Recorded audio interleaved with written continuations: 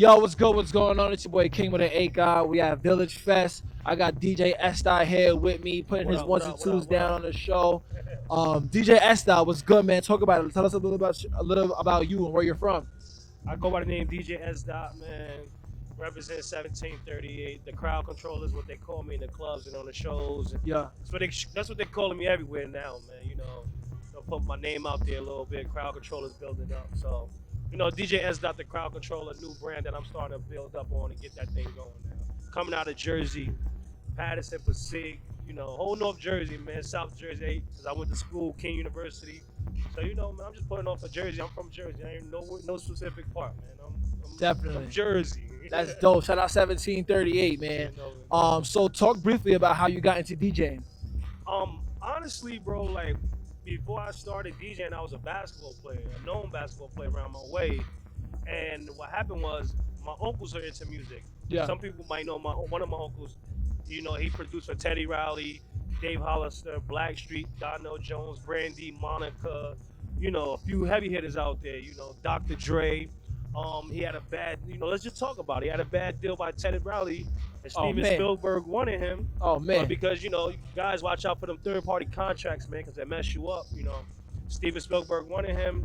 He wanted 1% of every, Teddy Riley wanted 1% of everything you wanted, man, and Steven Spielberg was like, nah, I'm not doing that. Right. So me coming out from basketball world, I went to college, and honestly, come from where I'm from, it was like, man, we wasn't worried about no major. Right, I'm gonna be honest with you. exactly. We wasn't worried about no major. It was like, man, let's just ball. Like, you feel me? Get me to school. Hopefully, I make it to the league. Yeah. So when I walked through them King doors, it was like, sir, you got to pick a curriculum.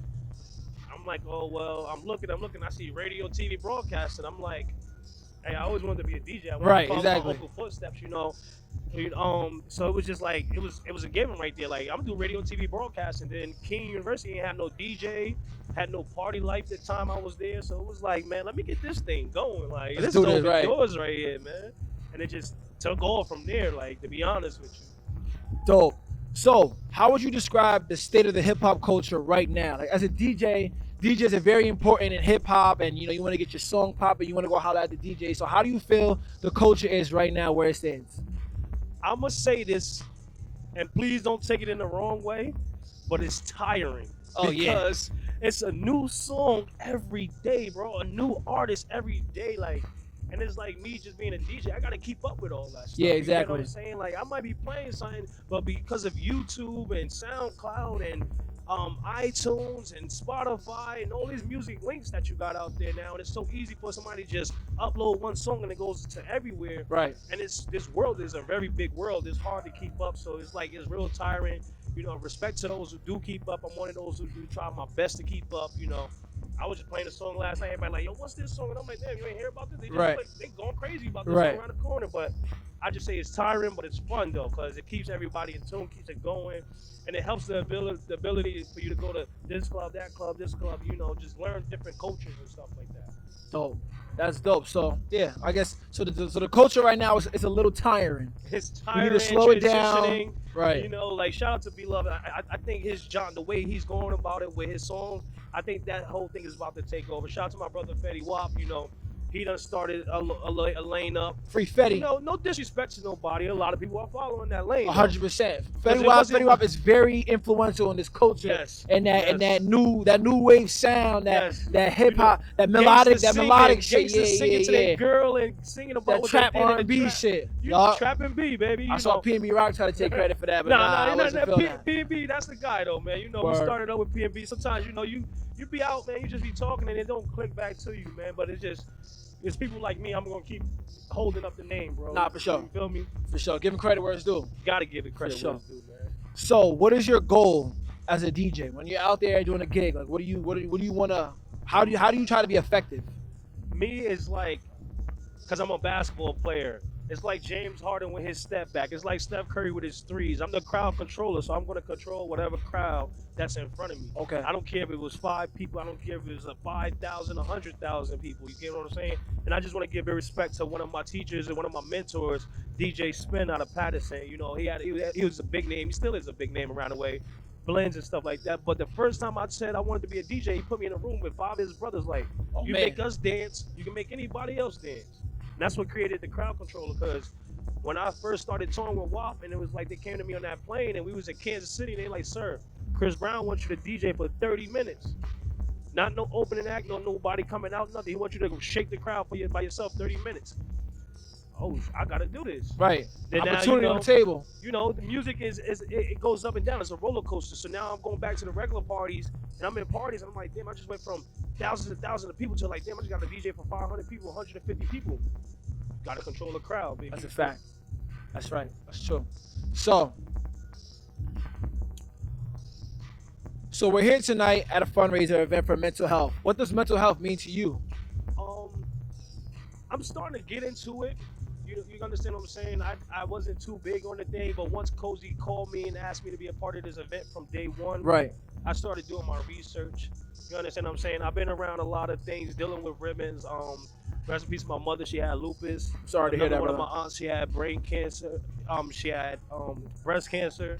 And then another one of my aunts, she has the hair cancer. I actually have a ribbon tatted, but I'm a big boy, so I'm not gonna take my hoodie off. Well, I feel you. But I got the ribbon tatted with all 3 different colors, man. And then I seen the ribbon, I seen the green, and then he was telling me a little bit about it, and I looked into it.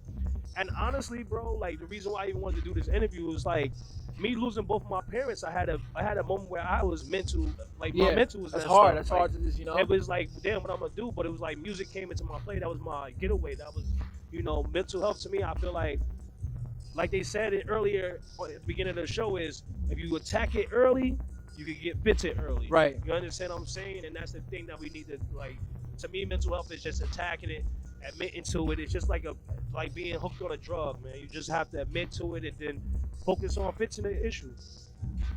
Dope. That's dope, man. I love to hear that. I'm sorry about, my condolences to you and your family. So what are some ways you keep mental health in good standing? Well, as I was just saying, me, I like to DJ. I DJ every day, bro. Like, to me, it's not about the money no more. It's like I just need that.